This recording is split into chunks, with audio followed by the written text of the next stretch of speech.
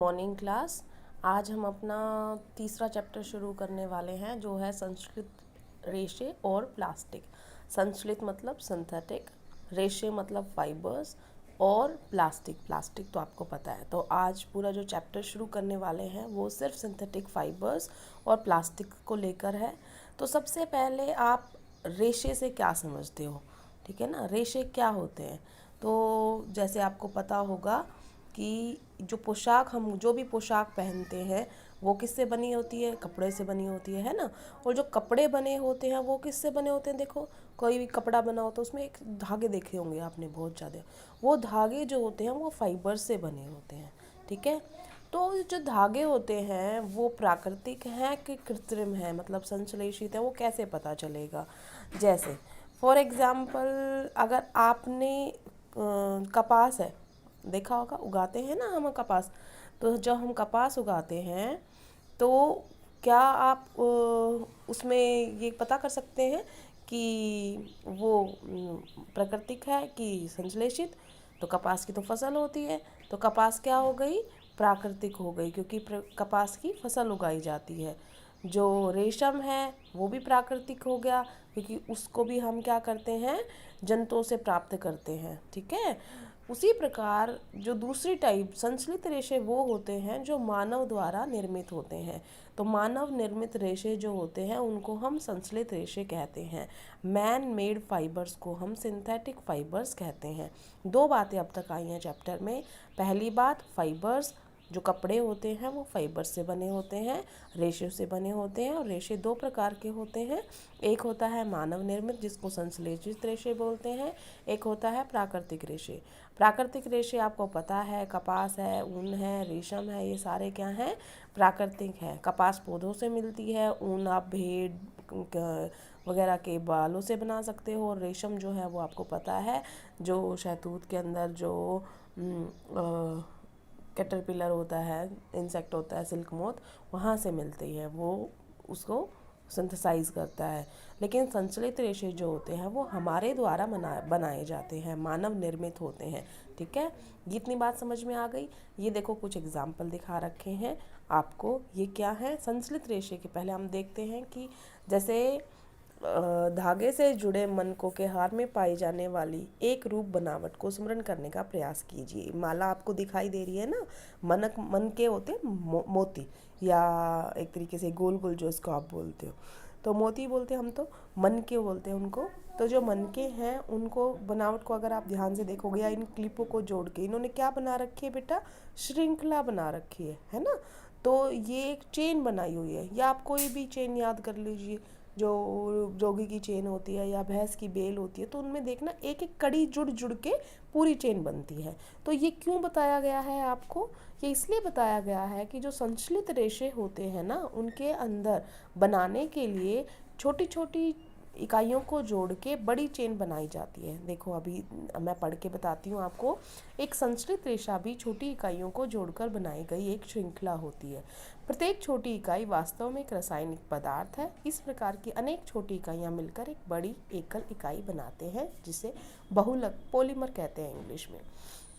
तो आपको क्या समझ में आया कि अगर आप ये समझ लो कि वो रासायनिक पदार्थ एक मोती है, ठीक है ना, एक मोती एक छोटा सा रासायनिक पदार्थ है, और उस मनकों की माला बना दी, उन मोतियों की माला बना दी बहुत बड़ी, तो वो क्या बना जाएगा, मतलब हज़ारों लाखों जब वो ऐसे जुड़ते हैं चेन के अंदर तो वो क्या बन जाता है, बहुलक बन जाता है। बहुलक मतलब पॉलीमर बन जाता है, और वो पॉलीमर ही संश्लित रेशे बनाता है। तो फॉर एग्जांपल जैसे आपने सुना होगा, पॉलीथीन के बारे में सुना है ना। पॉलीथीन तो बहुत इस्तेमाल होता है घरों के अंदर सब्जी लाने के लिए, वैसे करना तो नहीं चाहिए, लेकिन अब उसी की बात कर रहे हैं हम पॉलीथीन की। तो नाम में ही छुपा हुआ है उसका अर्थ। पोली मतलब मैनी, बहुत ज़्यादा, ठीक है ना। पोली का मतलब क्या होता है, मैनी, बहुत ज़्यादा। तो मर, पॉलीमर, मर का मतलब होता है यूनिट। उसी तरीके से पॉलीथीन, तो इथीन जो होता है बेटा एक मॉलिक्यूल होता है CH2 डबल बॉन्ड CH2 के साथ, वो एक इथीन के होता है तो हम इथीन बोलते हैं। लेकिन जब बहुत सारे लाखों यूनिट इकट्ठी हो जाती हैं तो वो पॉलीथीन बन जाता है। तो पॉलीथीन तो आपको पता ही है बहुत बड़े लेवल पे बनता है ना। अलग अलग टाइप की पॉलीथीन्स होती हैं, कोई पतली पॉलीथीन होती है बेकार वाली, कोई बहुत टाइट वाली होती है, अच्छी वाली होती है। तो वो डिपेंड करता है कितने मॉलिक्यूल्स उसके जुड़े हैं, कितने, ये समझ लो कितने मोती जुड़े हैं माला बनाने के लिए। समझ में आया? तो ये होते हैं संश्लित रेशे। तो संश्लित रेशे क्या हुए? मानव निर्मित है। ठीक है। अब जैसे ये एक हम जो ब्रैकेट है येलो वाली ये पढ़ रहे हैं, बहुलक प्रकृति में भी पाए जाते हैं। उदाहरण के लिए कपास एक बहुलक है जो सेलुलोज कहलाता है। सेलुलोज बड़ी संख्या में ग्लूकोज इकाइयों द्वारा निर्मित होता है। बहुलक ये बोल रहा है कि हम सिंथेसाइज भी करते हैं और बहुलक प्रकृति में भी मिलता है। जैसे कपास का एग्जाम्पल इन्होंने लिया, कपास के अंदर सेलुलोज होता है। सेलुलोज जो होता है वो एक किस्म से समझ लो, अगर सेलुलोज एक माला है ना, तो उस माला का मोती कौन है? ग्लूकोज। तो वैसे ग्लूकोज की बहुत सारी इकाइयाँ जुड़ती हैं तब सेलुलोज बनता है। ठीक है। अब संश्लित रेशों के प्रकार आ गए हैं बेटा। संश्लित रेशों के प्रकार पढ़ रहे हम। तो हमने पहले हम आते हैं रेयोन पे। तो देखो पहले चित्र देखो, रेयोन में चित्र दिखाई दे रहा है आपको, देखो दिख रहा है। रेयोन से कारपेट बनती हैं, आप दुपट्टा दिखाई दे रहा है, कपड़े दिखाई दे रहे हैं। तो ये क्या है? रेयोन से बनी हुई चीज़ें हैं। तो रेयोन क्या होता है वो हम पढ़ेंगे। आपने कक्षा 7 में पढ़ा है कि रेशम कीट से प्राप्त किया जाता है, ये तो आपको पता है। इसकी खोज चीन में हुई थी और इसे लंबे समय तक कड़ी सुरक्षा में गोपनीय रखा गया था। शुरुआत में नहीं बताया गया था। रेशे से प्राप्त कपड़ा बहुत महंगा होता है, परंतु इसकी बनावट ने प्रत्येक व्यक्ति को मोह लिया है। रेशम को कृत्रिम रूप से बनाने के प्रयास किए गए। 19वीं शताब्दी के अंतिम छोर पर वैज्ञानिकों को रेशम समान गुणों वाले रेशे प्राप्त करने में सफलता हुई। इसका मतलब क्या है कि रेशम जो है, जो हमें मिलता है उससे, रेशम के कीड़े से, वो तो था नेचुरल, वो महंगा बहुत होता है। तो सिंथेटिक बनाने का प्रयास किया गया। तो जो ये रेशा बनाया गया इसका नाम क्या रखा गया है? रेयोन रखा गया है। इसका मतलब कृत्रिम रेशम को हम क्या बोलते हैं? रेयोन बोलते हैं। सिंथेटिक सिल्क को हम क्या बोलते हैं? रेयोन बोलते हैं। रेयोन जो है कास्ट लुगदी से प्राप्त किया जाता है। यह एक मानव निर्मित रेशा है।